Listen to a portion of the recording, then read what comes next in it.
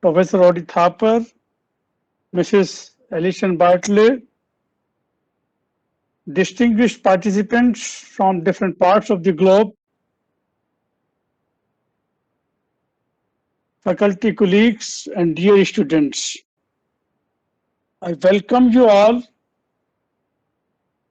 for this eminent lecture on hydropower, its role in socio-economic development, and its promise of sustainability for future. This lecture will be delivered by the speaker Alison Bartle. Now, this lecture series was started on the initiative of Professor A.K. Chaturvedi, Director IIT Roorkee, in all the departments. And it was named in the eminent personalities who have significantly contributed for the departments. For our department, HRED, Department of Hydro and Renewable Energy, Professor Odi Thapar is the founding head of the department, who established the department in the year 1982 as AHEC, Alternate Hydro Energy Center. Professor Thapar originally hails from Lahore, and he obtained his bachelor's degree in mechanical and electrical engineering from IIT BHU in the year 1945. Then he joined Punjab State Electricity Board, and from there he moved to the prestigious projects of Bhakra and Byas hydro projects, managed by the organization BBMB, Bhakra and Byas Management Board. From BBMB, Professor Thapar moved to IIT Roorkee, that time it was University of Roorkee, in the year 1974 in the Department of Water Resources. In late 70s, Professor Thapar started working in the field of small hydropower and hybrid energy. And from that, he was successful in establishing HEC in the year 1982 with the support of Ministry of New and Renewable Energy. Professor Thapar led the department till his retirement in 1986. Under his leadership, HEC completed several small hydropower projects in the state of Haryana, Himachal Pradesh, and Uttarakhand, from concept to commissioning, where all the person need to work hard for all the data collection, investigations, planning, design, even support in execution. And from that, we received the direction of research for solving the actual field problems. Based on his professional experience, Professor Thapar wrote a book on modernization of hydroelectric engineering practice. This book was released in 2013, and it is freely available on our department's website. The center, named as Alternate Hydrogen Center, initiated by Professor Odi Thapar in the year 1982, has now become Department of Hydro and Renewable Energy. And at present, we have 11 faculty drawn from multidisciplinary areas working in the field of hydropower, all renewable energy sources, and environmental aspect of water bodies. The contribution of Professor Thapar is immense for HRED as well as for hydropower. Now, on this occasion, I also feel pleasure in announcing that the family of Professor Thapar is offering rupees 25 lakhs to the endowment fund to sponsor this event on perpetual basis. We are thankful to them. Incidentally, Dr. Rakesh Thapar, son of Professor Thapar, and Dr. Vandana Thapar, his daughter, both are our alumnus, and they have joined the event. Now, I request to Professor Odi Thapar to bless us with his remarks. Sir Thapar, sir.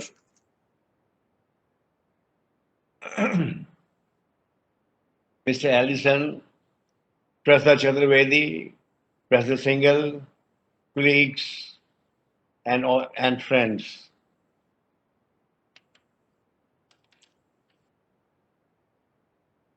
I'm grateful to IIT Roorkee for bestowing this honor to me. Energy crisis in the country erupted in March 1974 when I joined Roorkee University as a professor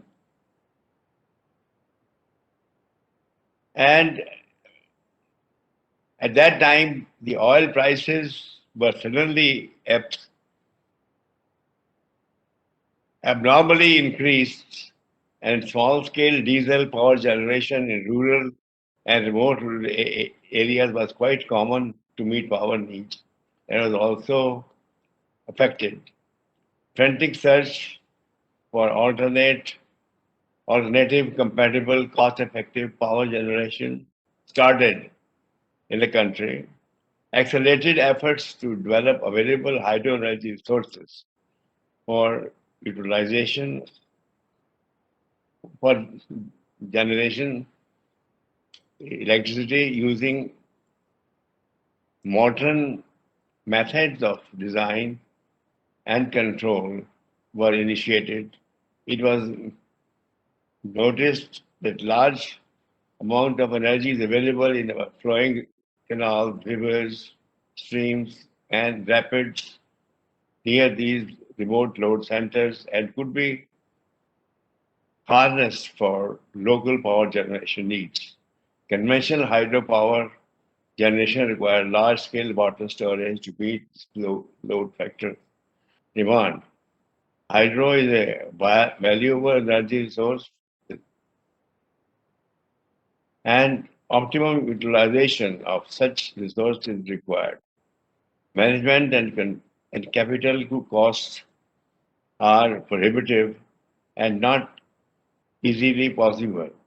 The basis for development of hydropower projects is to be modified and evolved, and that hydropower projects are developed as alternate source of energy. Maximum possible hydro energy will evolve into electricity. It is a clean source of energy. Thank you. I'm thankful to Ms. Alison for delivering this lecture today. My best wishes and blessings to her.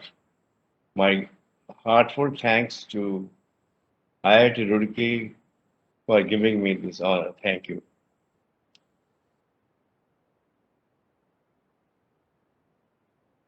Thank you, sir. Professor Arun Kumar. Thank you, Professor Sunil Singhal. Now it's my pleasure to introduce you today's speaker, Mrs. Alison Bartle. Mrs. Alison Bartle is a very well known who is writing, editing, publishing, and presenting in the field of water resources development for more than 4 decades. She is the director of Aqua Media International and publisher, editor of the most reputed journal called International Journal of Hydropower Dams. Ms. Alison is an honorary member of ICOLD and was founder of IHA for Dr. Emil Mossoni, another stalwart in the hydro in 1995, and a member of board for 10 years. She served on ICOLD, that's called International Commission on Large Dams, Public Awareness Committee for 20 years, and currently she is on the governing committee for its 4-year mandate. She is currently member of ICOLD Committee on Resettlement. She is also on advisory board of European Union supported HYOPSO hydro solution projects. Alison is writing and presented papers on the role and benefits of hydropower and water sources schemes at many international events, including World Bank Forum in Washington, World Water Forum in Mexico, UN Conference in Inland Navigation in Braklo, and Sincol Corporation in Kunming. She was the winner of Turkish Prime Minister's Water Prize for the communication category in 2009, and she has been 2 times awardee of India Power in 2009-2010. Along with her team, she organizes large annual international conferences in Europe on hydropower and water infrastructure, as well as biennial regional events in Asia and Africa. In fact, the last conference she was organized in Delhi, it was in 1992, and it's very high time. So I now request Ms Alison Bartle to present her speech, and thereafter we'll have a question answer. Mr. Bartle, please.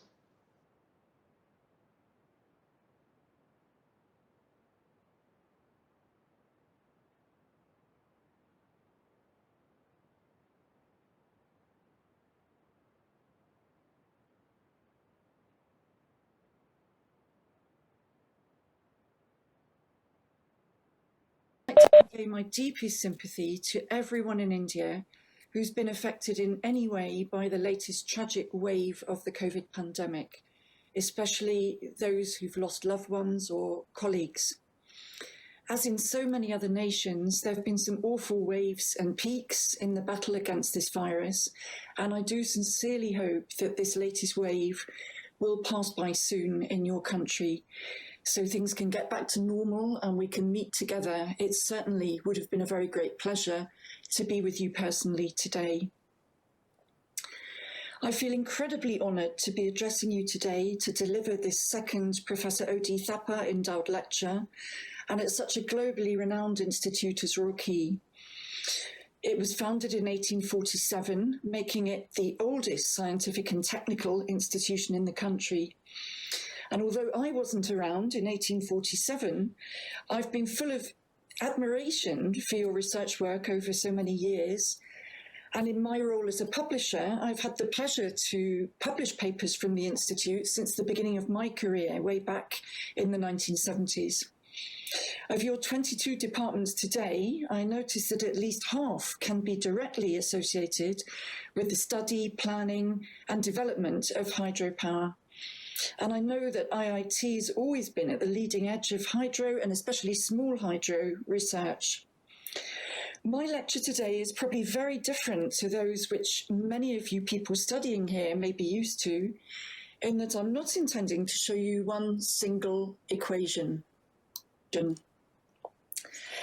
My aim is to put your work into the broader context of the global role of hydropower, past, present and future, demonstrating its multiple benefits for society, and thus to underline the importance of the career pathway that you've chosen.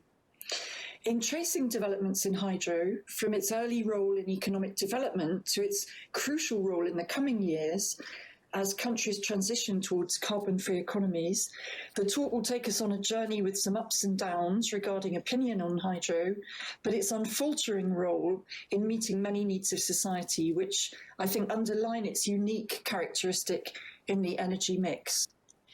So to start with a bit of history, when comparing various forms of energy, particularly renewable energy, a key feature of hydropower is, of course, the maturity of its technology.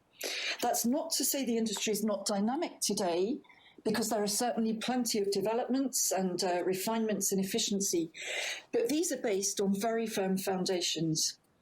Early hydro schemes date back to the 19th century, and the first large-scale developments linked with industrial development were built in the middle of the 20th century. I'm sure you're all aware that India was one of the pioneering countries for hydro development, along with the UK and USA, and the Sidrapong hydro plant in the foothills of the Ariati estate near Darjeeling was commissioned in November 1897, making it the first hydro plant in Asia. With an original capacity of just 130 kilowatts, it was uprated to a megawatt in 1916, and after a repair to landslide damage in the 1980s, it was still operating to celebrate its 100th anniversary in 1997.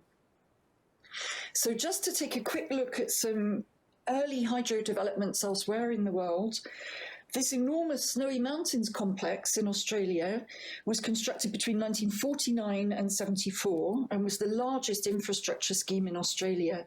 It had 16 dams, or has 16 dams, 9 power stations and 2 pumping stations, and provided peak power for 3 states and 2,100 gigalitres of water for irrigated agriculture. Construction began on the Hoover Dam in the USA in 1931, and during the Great Depression in the USA, it provided employment for thousands of workers, as well as, of course, irrigation water, hydropower, flood protection, and a water transfer system across several states. It provides electricity to 1.3 million people and was instrumental in the development of major cities in 3 or 4 states of the southwest USA. And then Aswan Dam in Egypt, built in the 60s, it played a pivotal role in Egypt's industrial development, economy and culture. As well as hydro, it provided flood control and urgently needed irrigation water supplies. It actually saved the country from 9 consecutive years of drought and from devastating floods in 1975 and 88. And then Grande Essence in Switzerland, built between 1951 and 61. It had a workforce of about 3,000 people working at high altitude, and it exploits the runoff from 35 glaciers. Today, it's still the world's highest gravity dam, and it's part of a major hydro and pump storage complex. But originally, its purpose was to develop Swiss industry after the Second World War. And then Bakrabis, closer to home for you, which went ahead in 1947, was another early major feat of engineering with multiple and massive benefits, bringing socio-economic uplift to a very large region. Apart from irrigation water for 3 states and hydropower, the scheme provided effective flood control over thousands of hectares of land. And we know today there are visitor centres and wildlife and bird sanctuaries that can be visited by the public.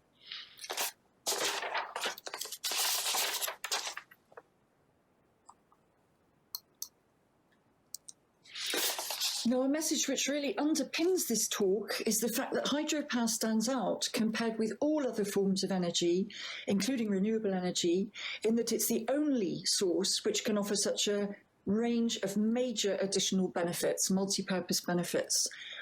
If a storage scheme's involved, it can of course produce not only water for domestic consumption, irrigation water for agriculture, food security, but also we mustn't forget that it plays a vital role in grid stability in view of the increasing use of intermittent renewable energies. And today reservoirs offer fantastic opportunities for hybrid schemes, which is something I'll come back to later. I just want to give 2 examples now of outstanding regional projects which have offered a lot of these multi-purpose benefits in different parts of the world. The first is the Meroe scheme in North Sudan, a multi-purpose development producing 1,250 megawatts of hydro, commissioned in 2010. As well as more than doubling the country's installed capacity and allowing for the creation of a new high-voltage transmission network linking to several major load centres in the country, it will provide irrigation water for an area of about 400,000 hectares. Farmers associations have been formed to encourage new agricultural techniques, and an example which you can see illustrated here is the cultivation of seed potatoes. They can now be kept at the correct temperature during their cultivation and storage, which wasn't possible before. And they're so good that they're able to be exported, which is another revenue source for the country, of course. The resettlement plan has incorporated the construction of hospitals, clinics, all with very modern facilities, mosques and schools. And those resettled from the reservoir are receiving water and electricity for the first time. One of the major benefits was also the creation of roads between Meroe and the capital. Previously, it took 9 hours to travel between those cities by camel, by road, on foot. And of course, that was a major challenge for anybody ill or pregnant women to try to reach the major cities. The next example is the GAP, the Southeast Anatolia project in Turkey, a classic example of regional development with 22 2 major dams spread out over a large area, huge amount of irrigated area, 17,000 square kilometres, on an area which was previously a vast arid desert. New crops have been introduced again, guidance centres to encourage investors, training in animal husbandry, special women's centres, which was very important in that region, so they could develop computer skills and handicrafts to develop cottage industries.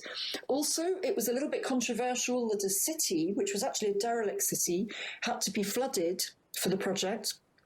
But international students have been working on the restoration of mosaics, frescoes, and artifacts which had been neglected before the project and now will be preserved as part of the cultural heritage of the region. A word about what run-of-river projects can offer. Hydropower has also led to the taming and controlling of stretches of some of the world's major waterways, which otherwise would have been wild and not navigable. So that's provided the opportunity for a lot of economic benefits there. And there are a few examples here in the Americas, Asia, and Europe. Work began in the 1930s on the Columbia River, where hydropower was developed very much hand in hand with navigation potential. So power demand in the Western USA, which had tripled in the 1940s, could be met, and large-scale locks were combined so that big vessels could pass through, big barges, which were used to transport agriculture products, wood, and petroleum products to neighbouring countries.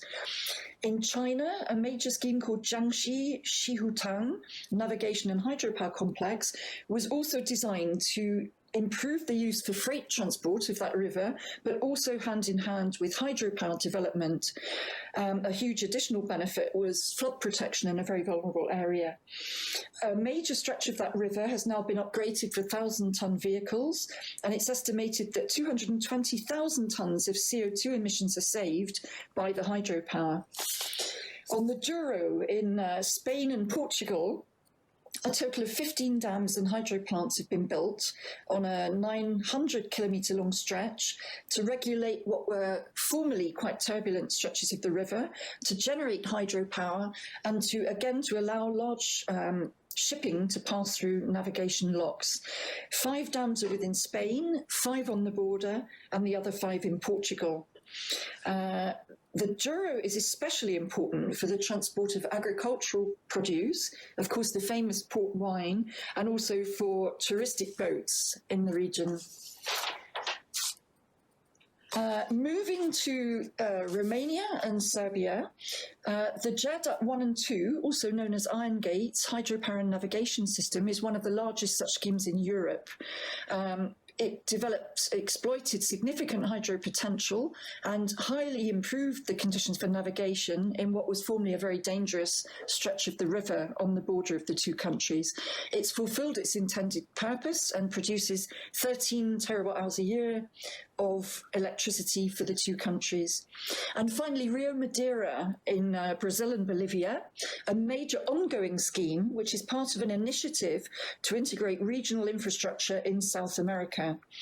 The aim is to integrate highway networks, rivers, hydro dams and telecommunications throughout the continent to allow for greater trade and ultimately a South American community of nations.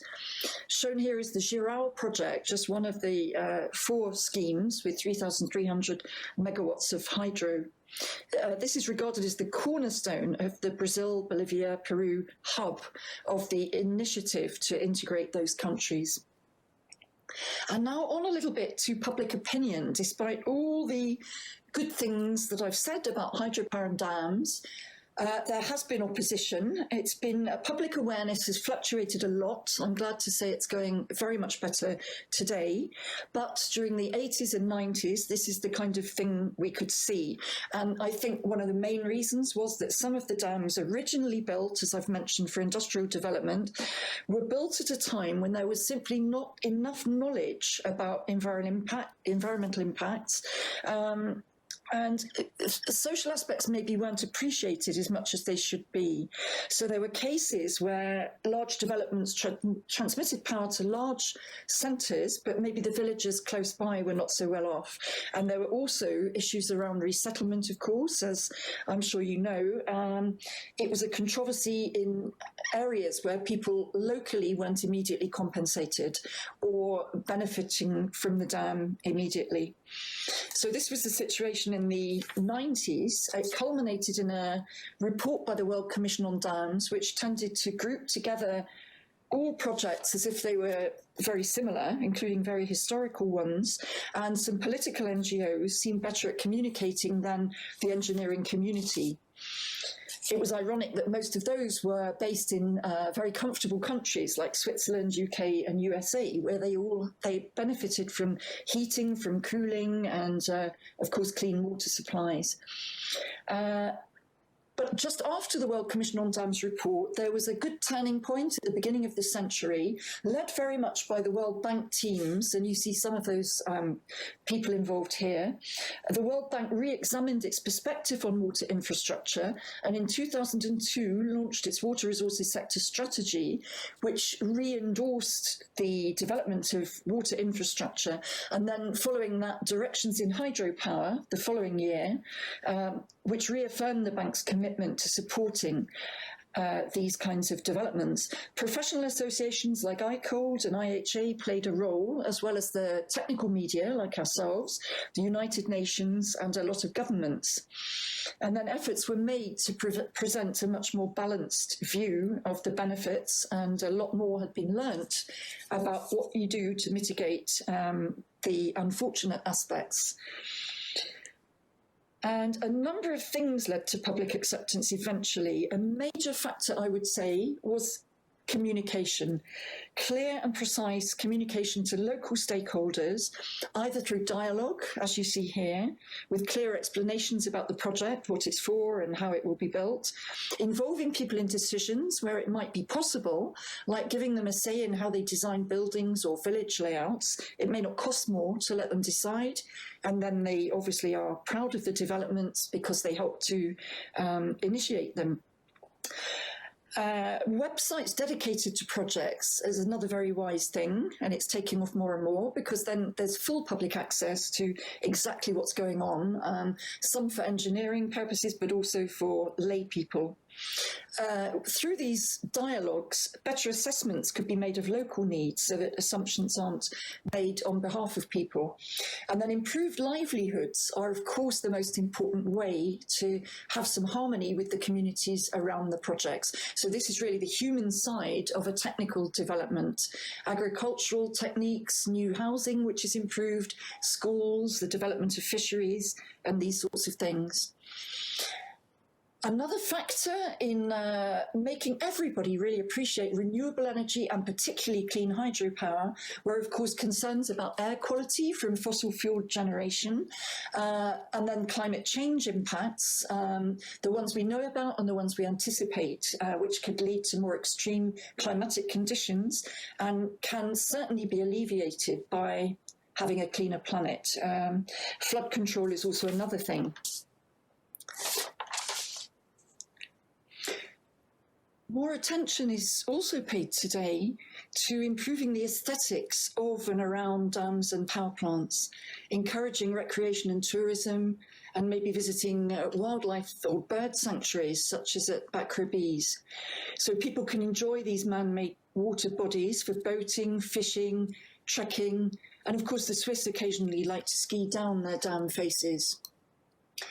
The launching of the United Nations Sustainable Development Goals in 2015 was another major endorsement of the value of hydropower. I'm not going to read all these because they're quite obvious, the links between the goals and hydro, but just to emphasize that 8 of these goals can be addressed by hydroelectric power.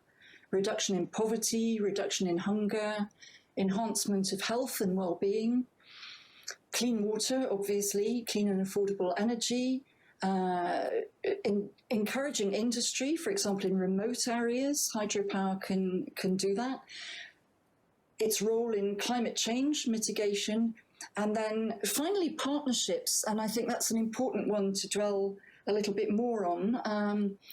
So just to look at, for example, international waterways and cross-border collaboration as a way in which hydropower can really bring countries together and avoid conflicts with careful dialogue, careful data sharing, joint studies and planning, the establishment of treaties, which is very important, and then working together on safety and environmental aspects. Here are just 3 examples of shared joint developments of major waterways. In West Africa, the Senegal River being jointly developed by Mali, Senegal, Guinea and Mauritania. And you see some examples of the projects here. And that's under the auspices of OMVS, the regional organisation for development of that river. The Mekong, of course, is a very rich source of hydro potential, particularly the lower Mekong. And the Mekong River Commission does a very good job in bringing together experts from all those riparian countries, and also closely working with the Lancang Mekong Cooperation Organization in China to work on joint planning, avoiding conflict, sharing studies, and looking also at aspects like environment and climate. Rio Madeira, I already mentioned, in Brazil and Bolivia, so another example in Latin America of the joint development of one waterway. And then international collaboration, I'd say, is especially important in this time when there are major concerns about the impacts of climate change as a result, for example, glacier melt, and then extreme climatic conditions, droughts, floods, landslides, and all of this. So it really underlines the need for collaboration in modelling, assessing risk of hazards such as landslides. We know, of course, there was the tragic accident in northern India recently when a landslide collapsed onto a glacier and caused the destruction of a hydro plant. In other areas, Himalayan regions particularly, there can be an upstream hazard that would impact on downstream countries. So absolutely essential to work together, because rivers are not going to, or waterways are not going to recognise boundaries. So the riparian countries need to work together. And then mitigation measures can be implemented jointly. And then the other form of collaboration to come on to is, of course, power trading, in which India is very much involved with Bhutan, and more recently agreements being reached with Nepal. So you see here agreements between Bhutan and India, Bhutan having a vast hydro potential with only 5% being developed.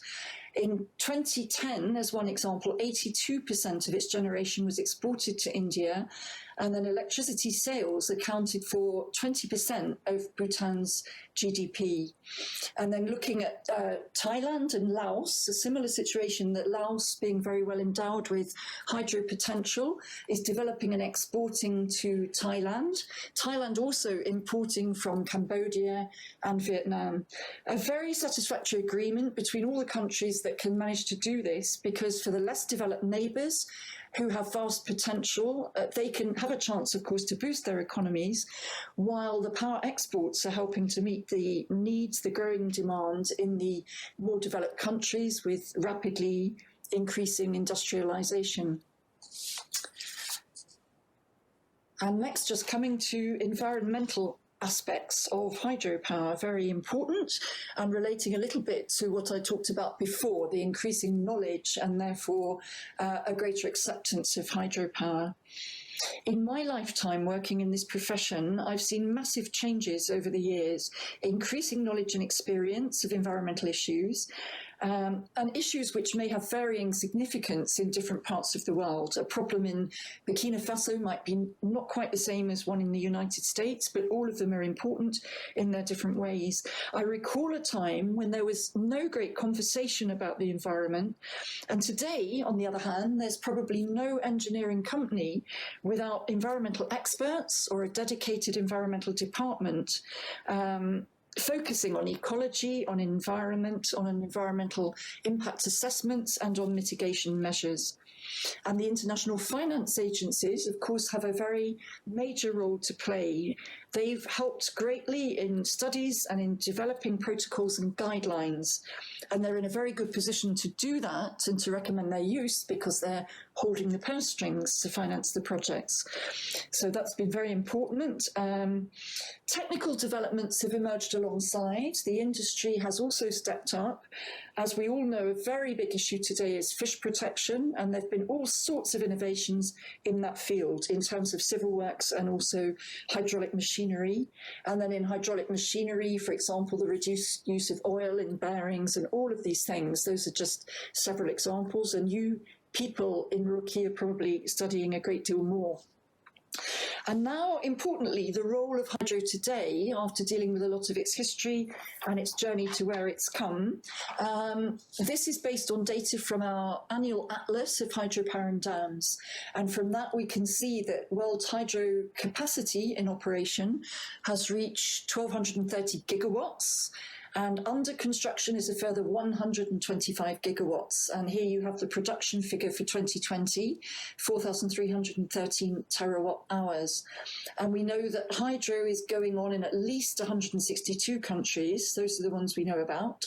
And more than 50% of those projects are multi-purpose developments.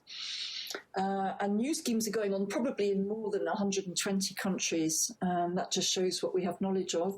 Hydro contributes around, it always fluctuates between 16, 17, 18% of world electricity. It doesn't sound a huge figure, and it could never supply all the power needs of the world. So it must work in synergy, preferably with other renewables. But the important thing to say is that where hydro resources are available, it seems to me that they should be prioritised. And now, of course, hydro's role in working in synergy with other renewables will increase its importance even more. Today, it does supply more than 70% of renewable energy. I also think it's worth having a quick look at the contribution increase in hydropower over the last 15 years. Sometimes it's steady, sometimes it's dramatic, but it has always been an increase. And without going through all of this data, which you could look at later in the paper, it's interesting to see the least developed of the continents where the need is greatest.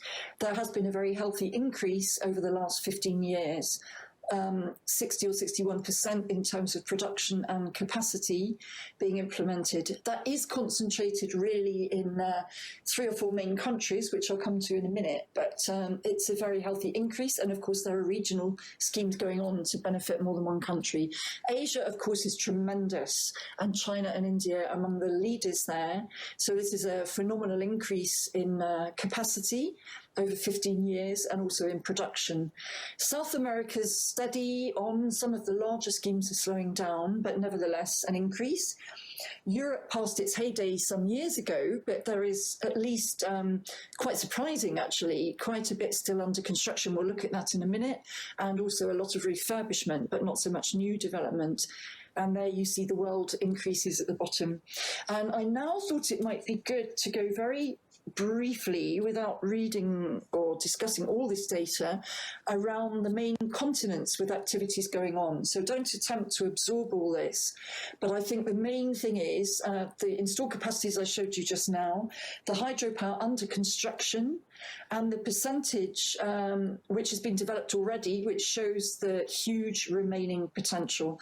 And in Africa here, a very important part of the world for advancing its hydro development, it's making great progress. They're beginning with solar PV, large regional schemes, as I said, and then small hydro, very importantly. I will say a bit about that in a minute, but there we are with over 10,000 megawatts. As I mentioned, most of the big developments are concentrated in Ethiopia, Cameroon, Uganda, Angola, and more recently Tanzania. Moving to Asia, it's already been mentioned that the hydro capacity is enormous, and also 88 gigawatts under construction, and yet still only 27% of hydro potential has been developed, so plenty more to go, and we can see that a lot is planned in around 37 countries. Floating solar PV plants, that's a very big area of interest right now in Asia, with big schemes in China, Japan. There's India, Indonesia, and Vietnam. And Omkareshwar in India, when it is constructed, will be the largest at 600 megawatts. I already mentioned cross-border schemes, the importance of those, and it's important to say that while big developments are underway in the countries I mentioned at the bottom here, there are small hydro programs going on in virtually every Asian country. Latin America is still a modest amount going on. Some of the huge projects are already developed. Quite a lot, like more than 8,000 megawatts under construction, and then plenty more planned over 9 countries. And the leading ones right now being Argentina, which has picked up with a lot of binational projects with Paraguay, Uruguay, Bolivia, Chile, Colombia, and Peru. Also floating solar in Brazil, so combining hydropower and solar. And then a big small hydro potential once again. And then Europe, as I say, it's not quite such a large amount of new development, so less than 4,000 megawatts. But of course, we have substantial capacity installed in Europe, and some of the best sites, of course, or a lot of the best sites exploited some time ago. There is, in fact, 50% of potential remaining. That could be mainly through refurbishment. But what the main activity right now in Europe is pump storage, adding it, upgrading it, embarking on it for the first time. And there are also floating solar PV schemes in quite a few European countries. And finally, Australasia Oceania, which traditionally doesn't have a huge amount going on, but the big thing at the moment, as I'm sure you know, is the major Snowy 2 pump storage in Australia. So the next stage of what I showed at the very beginning, the iconic Snowy Mountain scheme, now upgrading with new developments and a 2 gigawatt pump storage scheme. There are also small hydro schemes going on around the islands of Oceania, and for example, Fiji, Papua New Guinea, New Caledonia, and the Solomon Islands. Just a special word about small hydro, where you have a lot of expertise at your institute already, so I don't need to tell you too much about it. The world capacity could soon reach 100 gigawatts, according to UNIDO studies. China alone, with 45,000 small plants, totaling 59 gigawatts. And then the vast potential I showed just now in Asia, Africa, and Latin America, quite a bit in the UK too. Here are a few points to recall on the special attributes of small-scale hydro. Of course, it can be simple and low cost in terms of technology, so very easily adaptable to rural communities. And that's so important when more than 1 billion people in those areas lack an electricity supply. It can also be retrofitted at existing civil works, and that's going on more and more in the United States, for example, and in Europe. And there's been a lot of innovation in the industry, for example, in terms of new ultra-low head turbines, which can lead to some more innovative applications. 66% of world small hydro potential is untapped, according to the latest global overview report from UNIDO and the International Centre for Small Hydropower in China. Global installed hydro capacity is estimated at around 78,000 megawatts, more than 60,000 megawatts of which is in Asia, and that is only less than 40% of Asia's potential. Within Asia, a huge potential especially remains in India, Bhutan, Nepal, Indonesia, Vietnam, China, Kazakhstan, and Japan. And of course, there is also a vast potential throughout the world, and most countries have development programs ongoing or planned. And now just to some ongoing challenges. Life would be very boring without those. And I think one could summarize, I mean, there are plenty of challenges, as anyone implementing hydropower would definitely say, but I would say today, if you had to pinpoint the major focus of attention, it would be remote sites, dealing with more and more remote sites, because of course the more favourable ones are developed already. Natural hazards, which I mentioned earlier, landslides, earthquakes. You see here the Wenchuan in the top right, the Wenchuan earthquake of 2008. So natural hazards, but also man-made hazards. And that image on the bottom left, of course, is cybersecurity, which is keeping everybody on their toes today in power plants as well as in many other sectors of industry. I didn't show here, but another big challenge worldwide is succession planning. The audience today will ensure that research and technical developments are in very good hands for the future. And those of you who are studying at this institute will be stepping into the shoes of world-renowned experts in all the various disciplines relating to hydro. But it does remain a problem, and many countries are expressing this, that some of the top experts are quite mature now, and it's imperative to encourage young engineers into the profession. And particularly also in countries where there may not be so many hydro activities going on, and also to pass on expertise from one generation to the next. Another special word, because I mentioned earlier the importance of this, is hydro working in synergy. This is not a challenge, obviously, but an advantage.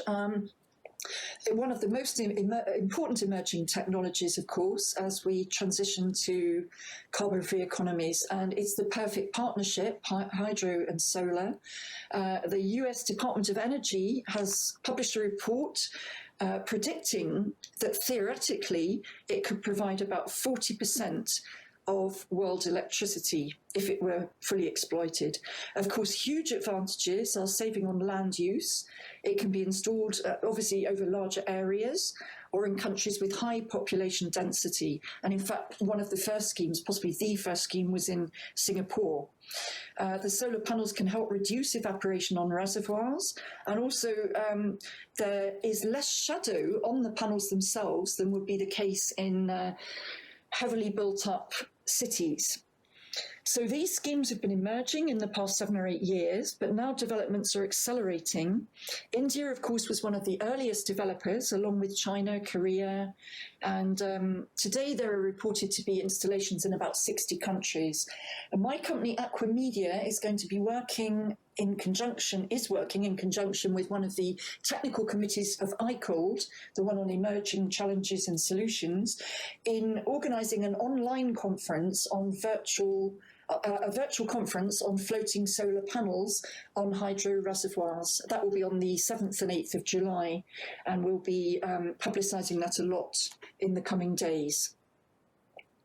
The other special concern to accelerate development right now is pump storage. And just about everywhere in the world, it's astonishing to see how many of these schemes are taking off. Its importance is evident with the increasing use of intermittent renewables. Large developments are still underway in China, Korea, Japan, India, and the USA, and also upgrades to some of the original projects.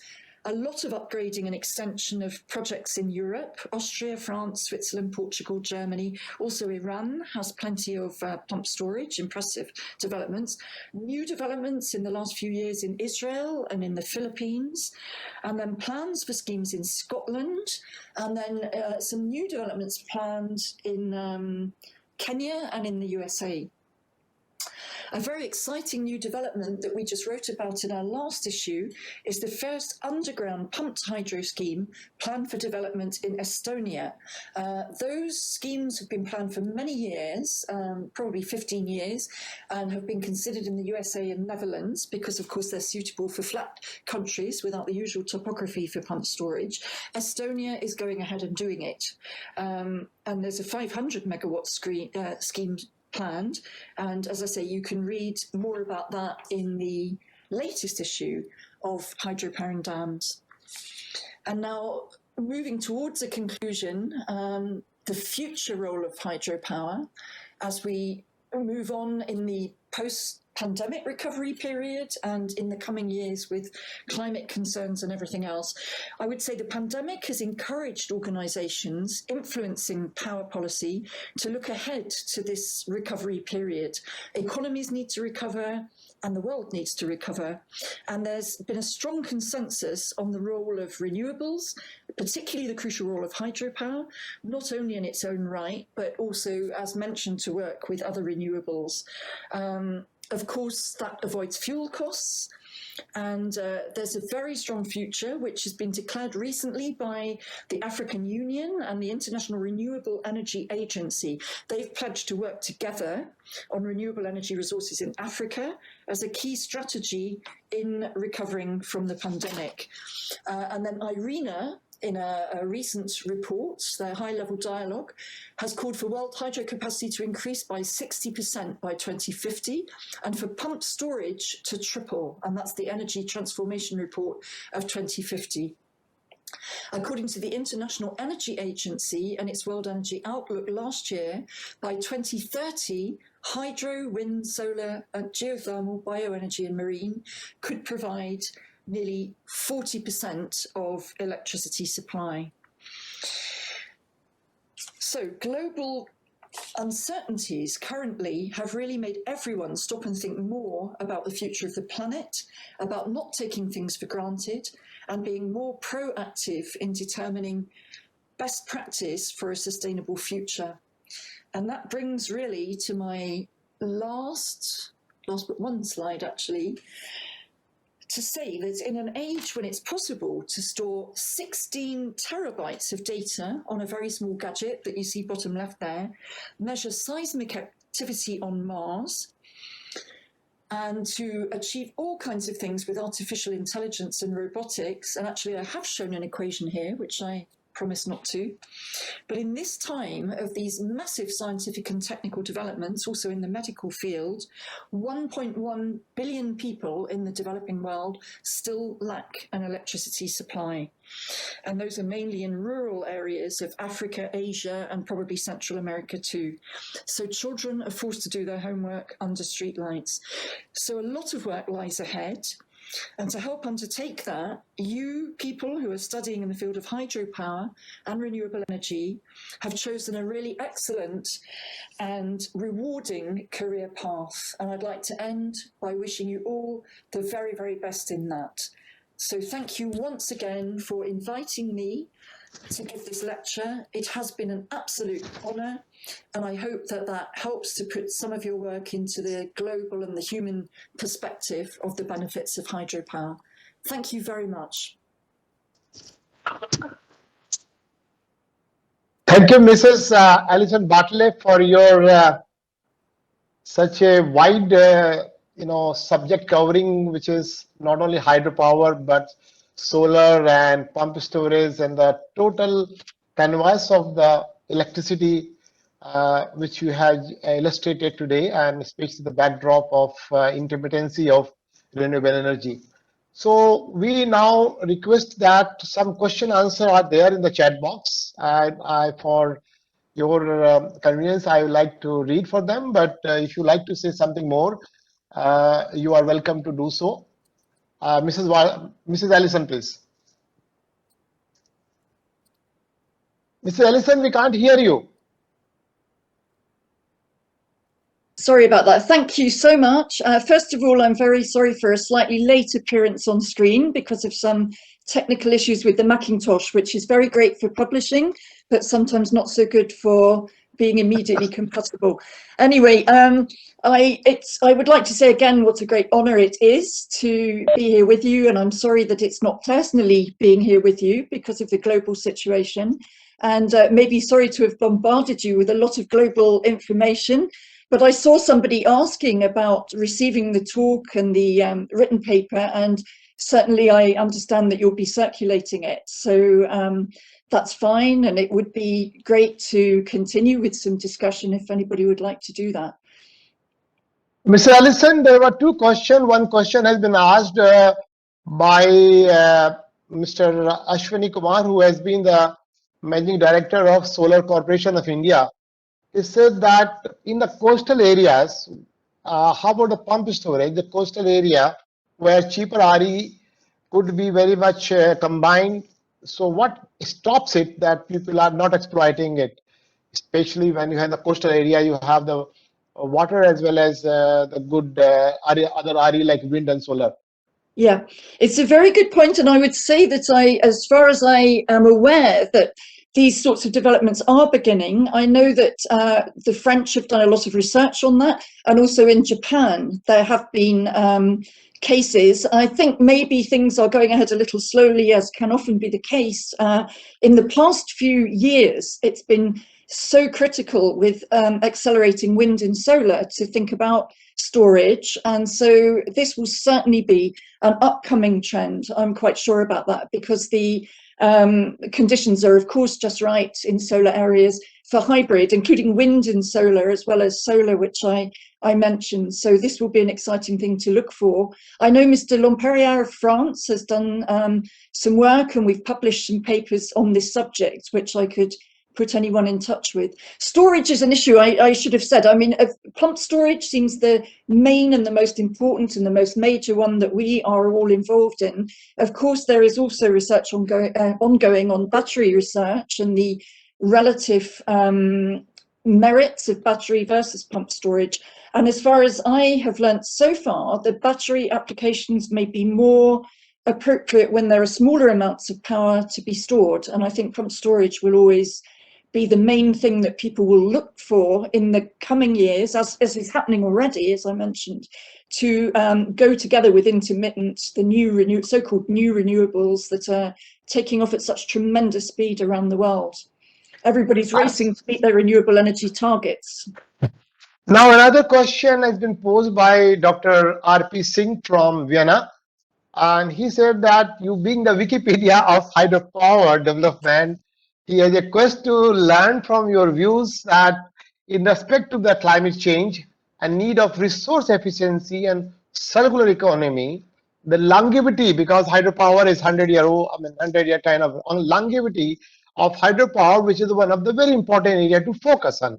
So what do you think that a framework or a policy framework, exploration on the circularity, compliance to the hydropower system could be evolved so that this hydropower with a long term renewable energy stays? Yeah, I think first of all, the longevity of hydro is sometimes underestimated or not focused on enough when people speak about the high initial costs. That was the first thing I meant to stress, that people worry a little bit that this is a very let's say risky investment in hydro because it initially seems expensive. But what I tried to show in this paper is these side benefits. And although there's been work on quantifying those, I don't think really anybody has totally succeeded in looking at the economic benefits of all the side effects. So that's one thing about the efficiency of hydro. And I'd say the efficiency, it's kind of inherently good for sustainability and the new concepts on circular economy, because it is relieving pressure on other resources, which is one important criterion. And also another point I didn't mention in the PowerPoint is that in a way its efficiency has scope to increase even further with the increasing use of artificial intelligence, for example, BIM modeling. All of this is saving cost, I would say. Even robotics on sites. I mean, one will never replace engineers on sites, clearly, and it wouldn't be the right thing. But we had a paper recently at our Hydro 2020 conference on how a scheme had reached construction in Switzerland with absolutely no paperwork.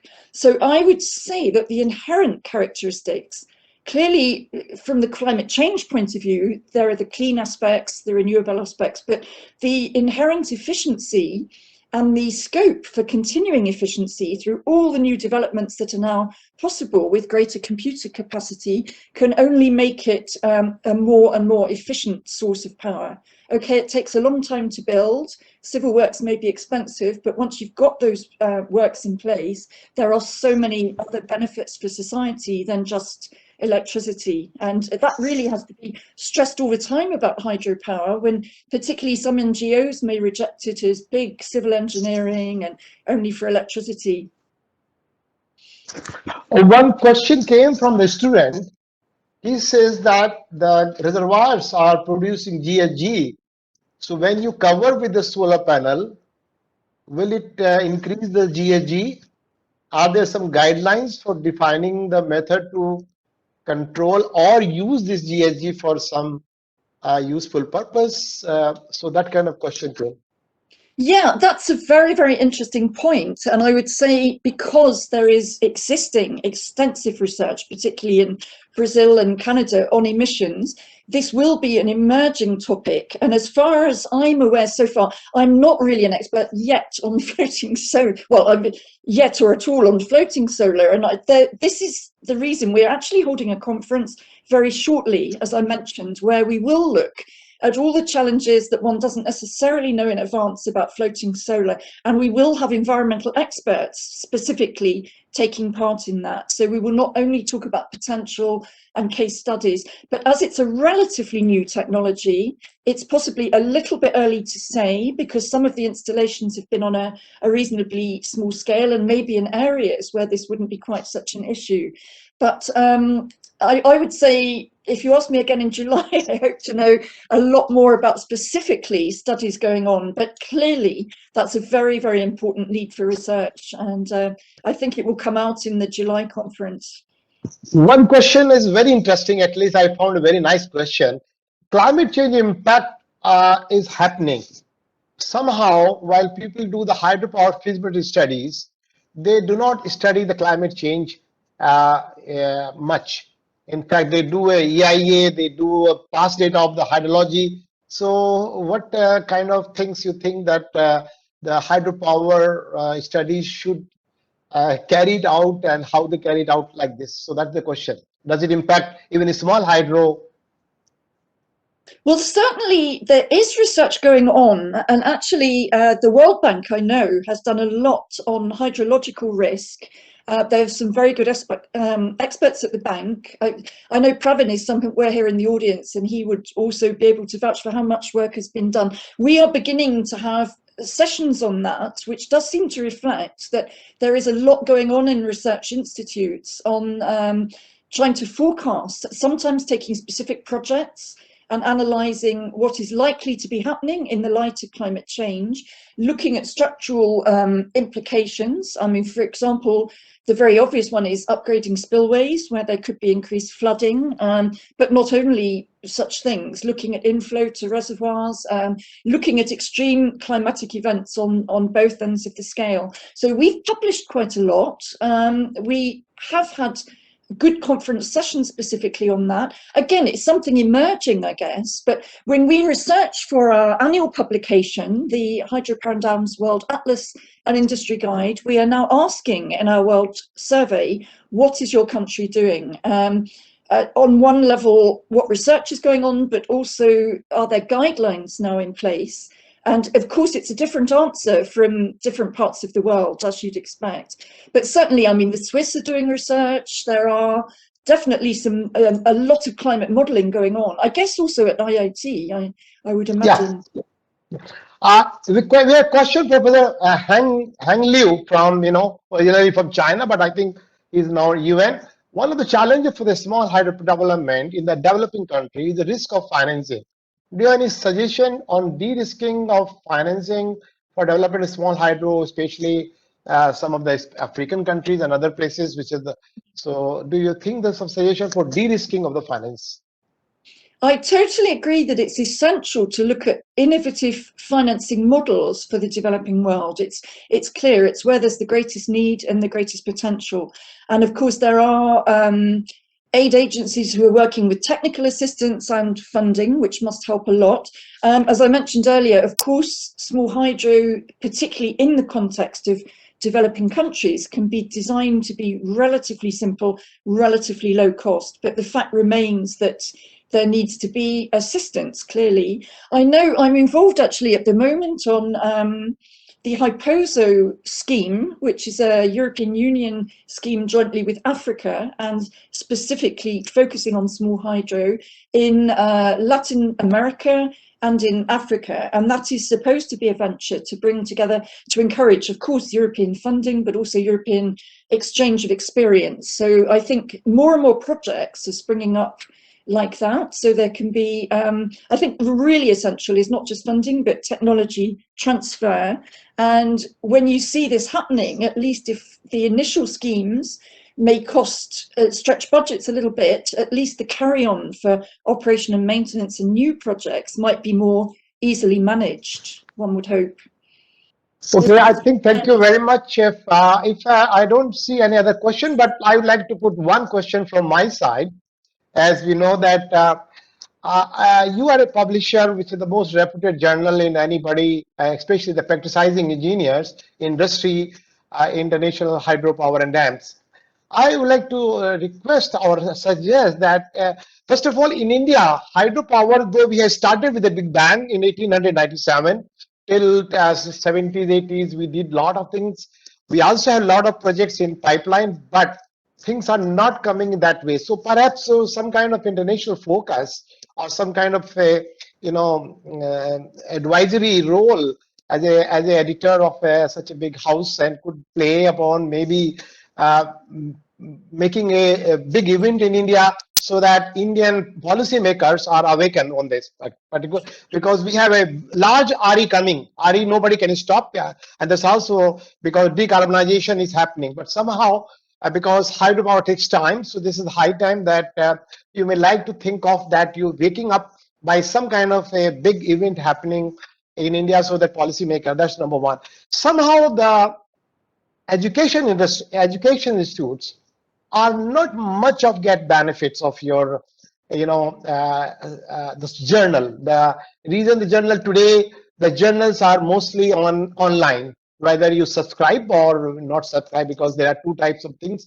So I would request that no, of course we are from hydro industry, we are the hydro department, so we subscribe physically also. But today the time when electronics has come, and then where a lot of people go into search in that series, what kind of suggestion you like to have some corner for the academic institution also, because academics also a big play, they also play a big role in the, though academic they cannot get to the money in terms of survival, because the survival is comes from the industry, but in terms of a section of the hydro, because we as a education, as a research organization, would like to that this kind of, what kind of role you think that job opportunity for hydropower, what you look for, I mean, could throw light on that, please. Okay, well, first of all, about events, we certainly, I'm back in my former life on a different publication. We did actually bring a small hydro conference to India.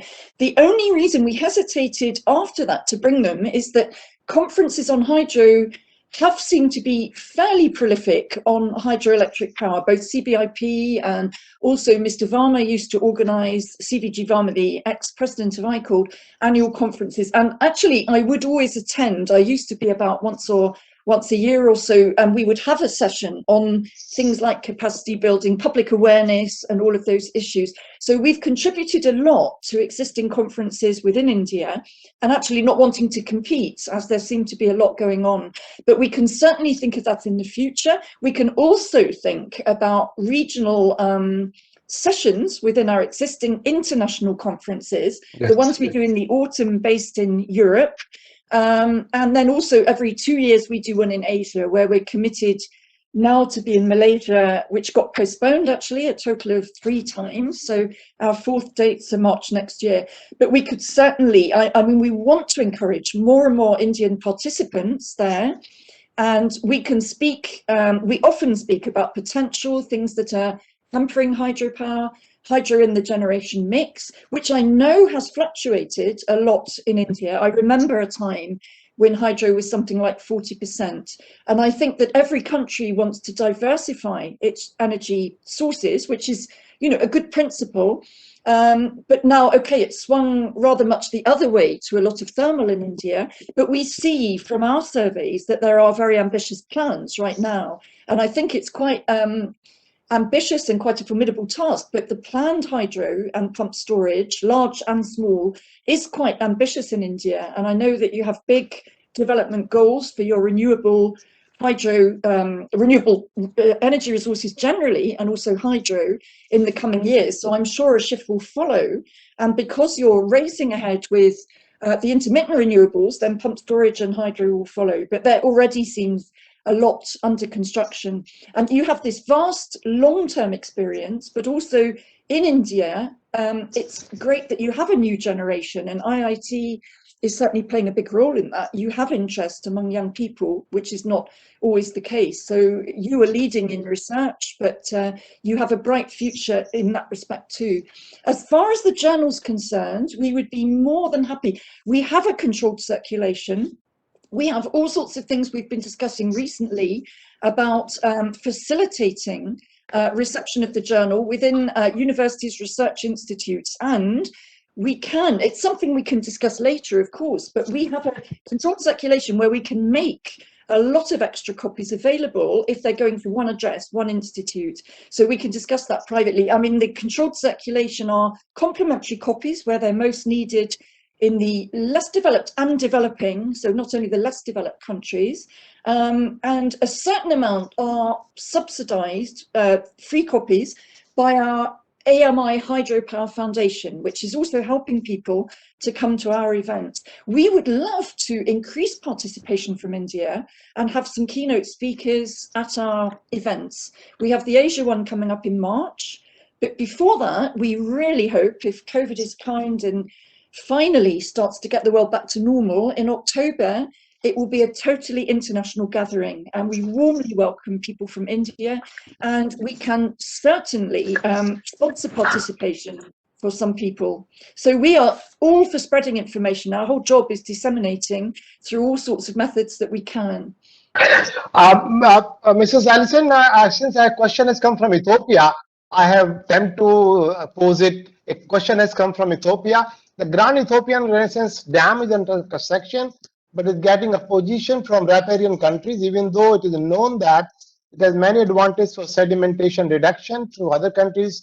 Any comment on this? That's one. And one comment has come from my colleague is there any cyber security has been started used in hydro plant infrastructure? So there are two different questions. One, Renaissance Dam of the Ethiopia. Another question came from my faculty colleague, that's cyber security in hydropower plant. So there are two. And with this, that will be my last. Then I will hand over to our head. Yes, please. Okay. Go ahead. So, of course, I'm aware of the dialogue in Ethiopia, and it's not unique. I mean, in different parts of the world, in the Middle East, there have been other disputes over the years. Of course, this happens. And I would stress again that the most sound thing that can be done is to encourage dialogue. And I know with Egypt, Sudan, and Ethiopia, ICOLD actually has tried to bring together a friendly dialogue. Within ICOLD, there is not conflict. There are international delegations. There are many transboundary projects discussed. And the best way to resolve these issues are certainly through a balanced dialogue, to go through all the aspects. And based on normally the solution to problems is through the existence of treaties, which I think I mentioned back at the beginning, like, you know, throughout time, the Columbia Water Treaty sorted out the USA and Canada, numerous ones since. And also I know that between India and Pakistan, there was the case of the Baglia Dam, and through going back to that treaty, re-examining what might have changed in terms of knowledge and experience over the years since that treaty agreement could be reached quite amicably. I think that the views are very polarized, as far as I've been aware in the conversations I've had between Sudan, Egypt and Ethiopia. I've had sometimes some people from Egypt questioning dam safety aspects, which have been very well written about, and they're not in question. I know the shared waterway aspect is in question, but safety was not an issue. So there's a lack of understanding that, in my personal view, and I may be wrong, could be sorted out by the representatives of the three countries to sit together. And ICOLD has offered to host such a meeting. They actually asked also once if it could happen within one of our hydro meetings. It didn't happen so far, but I'm optimistic with a clear view from all sides, and if necessary, some new treaty about sharing those waterways may be necessary and eventually agreed, but it needs to calm and it needs information exchange. I was recently in an online symposium with people from the Mekong countries and the Chinese Mekong Lancang development country. I was so impressed by that. Every country in the Mekong MLC region and China were online sharing research and completely exchanging experience about what structural measures might be necessary for river regulation, and that's to the benefit of all of them to combat floods and so on. There can always be found some advantages as well as potential disadvantages, and it's a human thing to speak to each other and to try to reach some common ground and then to build on that. Sorry, you're muted. I can't hear. Sorry. Yeah. One question has been asked. One question has been asked is how the students get interested in hydropower, because somehow the hydropower jobs are getting reduced. So what kind of interest we should create in the students so that they get the interested to the hydropower profession? That's number one. And one, of course, one of the faculty colleague has said that are there guidelines available for environmental flows, which is becoming now environmental flows, e-flows, rather. So that's the question. I think that's all from my side. Otherwise, I will keep on reading the questions and I will stopping it. Okay, to answer the last one first, I know the European Union has guidelines, and there's a water directive which sets out clearly standards. As far as I know, no global ones. I think it must be a regional or a national issue. I could be wrong, but as far as I know, I mean, I think regionally there are organisations that would be working on that, and then there would be case studies. On encouraging young people into the profession, it's something we've tried to take on board at some of our conferences with special sessions, and it's a very, very interesting question. There was a UK expert chairing a session once, and he put it very nicely. I mean, in the UK, of course, we don't have much hydro going on, only very, very small. But his perspective was that when a child, when he told a child he was an engineer, that child thought that he mended television sets and something like this. They had no idea that this would mean traveling across the world, designing large structures to impound water, to generate clean electricity. So things have to start at school level, I would say. In India, I know it was the case. I remember Mr. Varma being quite encouraging through the school curriculum to set competitions so that people, young children, are encouraged to analyse. They have to look up and research what actually are dams, what are hydro plants. So they grow up with some knowledge and experience, and they see the benefits as well as, I mean, to my horror, in some curricula, you can see negative impacts. I've seen this in, I think, in the British one school curriculum, that dams cause negative impacts in resettlement. And that's, of course, not a balanced view from the teaching profession. Then when people get older, what we found was quite nice at one conference, and it could be replicated, of course, anywhere, was to invite young engineers who joined some of the big consulting companies and were extremely happy in their jobs. We had someone from Tractebel, Engie Tractebel, from some other, I don't know, European, but not only, and African and maybe Asian countries, saying how they'd found their first year working in this country, how they'd travelled, what was beyond their expectations. Also to have a dialogue on what could the profession do to make the job more attractive. But I think it goes by case study, by, again, dialogue, by sharing information about what can be rewarding in that job, and to dedicate special sessions to that. You, of course, already in your institute have a lot of people who are keen on this profession. So you are instrumental in bringing in, as I mentioned, in bringing a new generation to maintain and further develop your hydropower. And that I mentioned succession planning as a big issue, because also for safety reasons, we have schemes which were designed so many years ago, and maybe the experts who were involved have already retired. Paperwork might not exist, or computer records might not exist. And so the next generation have to keep those structures, the water infrastructure, safe. And operation and maintenance is obviously a huge thing. And maybe not so exciting as building new things. So I think it has to be through the media. The general media, of course, are not so interested in those things, but through technical media, through conferences, through websites would be another thing. And maybe government websites could do something. And anywhere that's going to reach the young people who are deciding on their career paths, maybe some special talks in people who are about to leave school, or maybe graduate from their first degree in engineering and they're not quite sure what they're going to do.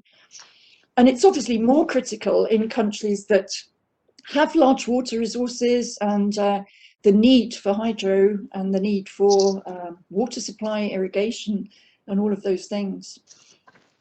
Thank you, Professor Singhal. Yeah, thank you very much, Ms. Alison, for a very nice and informative lecture. And in fact, we had a very good interaction. And now already we have crossed the times. Otherwise, the subject is so vast and interesting that we could spend hours for such discussions. So now I request Professor Chaturvedi, Director IIT Roorkee, for his remarks on the event.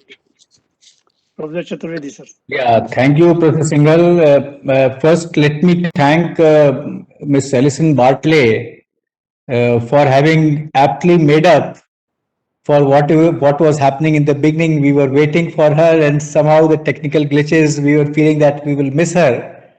But the fact that she could join finally, we are so happy that she could make it. And it's also good to see that we had a recorded version of the lecture available so that we could start the lecture and then she could actually handle the question answer sessions. Thank you, Ms. Bartley, for giving a very comprehensive lecture, very informative. I'm sure the entire audience, which is more than 130 people, are listening to this lecture. They have benefited immensely from your experience, from the vast experience you have, from the kind of depth that you have in multiple areas. And I'm reminded of the inaugural edition of this lecture. The inaugural lecture was also equally good. It was in the area of solar energy and it was focusing more on the national scene. And you have given us an international flavor in the area of hydropower. And it is very enlightening to hear this. And it goes very well with the focus of the Department of Hydro and Renewable Energy, that we are able to cover different aspects of energy, whether it is hydro or whether it is renewable energy. We are very fortunate, actually extremely fortunate, that just like the inaugural lecture, today also we had Professor Thapar, who could join us in this online lecture. And not only that, it's very heartening to see that he has sat through the entire lecture. He sat through it from 4 p.m. onwards, and now it is 5:40 p.m. Thank you, Professor Thapar. We are indeed indebted to you. We are grateful to you, not only for the kind of service that you have put to hydropower, to IIT Roorkee, but also for your continued interest in such activities. And your life journey, your bio sketch itself is a inspiration for many of us, having started from Lahore to BHU, to going to Punjab State Electricity Board, and then coming to University of Roorkee, and then writing a book as late as 2013. I think that's an inspiration for so many of us. That is what we say, that University of Roorkee has produced so many inspiring heroes and leaders, that it is always good to have something in their honor, in their memory.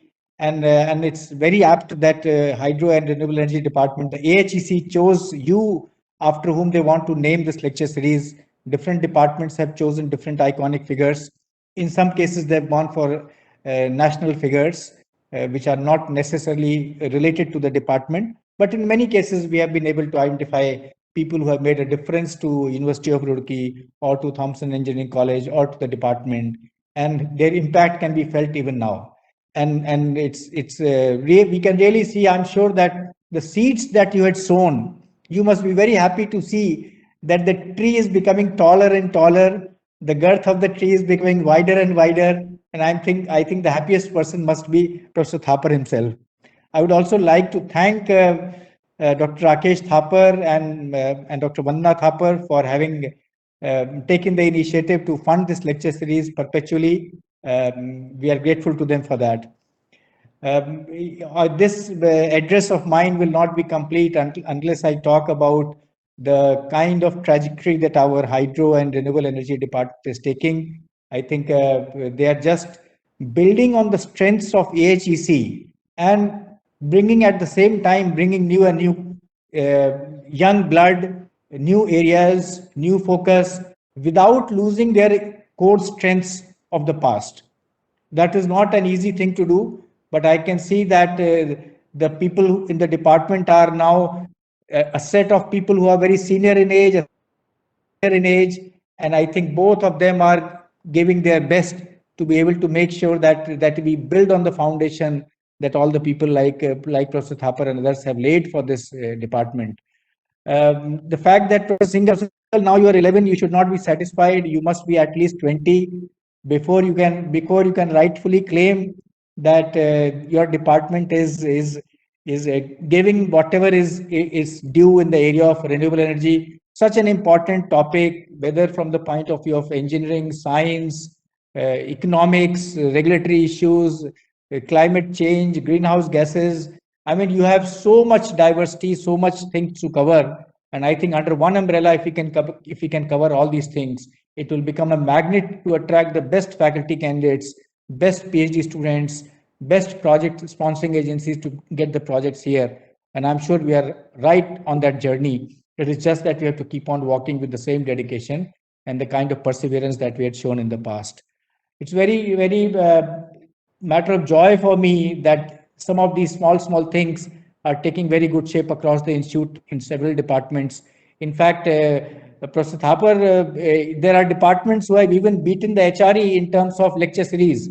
So they have already had 4 editions, and Professor Singhal, I hope will quickly make up for it, and we'll quickly have more and more editions of this Professor Odi Thapar lecture series, so that we can have more distinguished speakers.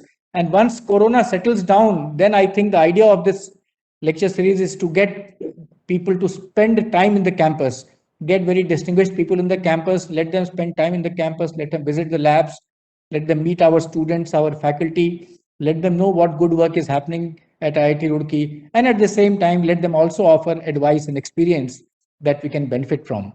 Well, this is not happening because of Corona, but at least if this is not happening, what good is happening is that we are getting an international audience, we are getting international speakers. So if we are losing out on something, we are gaining somewhere else. So good that it's happening. Congratulations to everyone. I think Professor Singhal, you have done a very good job in this organizing this event. Thank you very much. Thank you, Professor Chaturvedi. We take your words and we are on the track for adding the faculty, and also we soon have another lecture also in this series. And now my colleague, Professor Himanshu Jain, will present the formal vote of thanks. Thank you, Professor Sunil, sir, for giving me the opportunity to propose a vote of thanks for today's event. Professor Odi Thapar, Ms Alison Bartle, Professor A.K. Chaturvedi, Director IIT Roorkee, Professor Sunil Singhal, Head Department Hydro and Renewable Energy, faculty colleagues, guests, students, ladies and gentlemen.